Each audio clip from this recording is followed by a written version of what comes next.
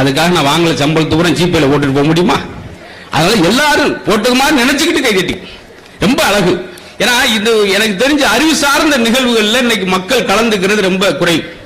நீங்க யூடியூப்ல பாருங்க, அறிவு சார்ந்த விஷயங்களை யாரும் ஃபாலோ பண்றது இல்ல சார். நல்ல செய்தியை சொல்லுவாங்க, நல்ல தகவலை சொல்லுவாங்க. 15 பேர் தான் பார்த்திருப்பேன். யாருன்னு கேட்டா அவங்க வீட்டுக்குள்ள இருக்கு 15 பேர். ஆனா இன்னைக்கு யூடியூப்ல ரொம்ப கவலைக்கிடமான விஷயம் என்ன தெரியுமா? நெகட்டிவா பேசுற ஆளுகளும் எதிர்மறை எண்ணங்களோடு பேசுறவருக்கு தான் 1 மில்லியன் 2 மில்லியன் ஃபாலோ பண்ற போது சமுதாயம் வேறு திசை நோக்கி போகுது. இளைஞர்கள் அதைத்தான் விரும்பி பார்க்கிறாங்கன்ற காலகட்டத்தை மாத்தி சிவகங்கையில் இத்தனை இளைஞர்கள் இத்தனை பெண்கள் ஒரு புத்தக திருவிழாவை அலங்கரிச்சிருக்கிறதுக்கு உங்கள் அத்தனை பேருக்கு நான் தலைவணங்கி வாழ்த்து சொல்லி நன்றி சொல்றேன்.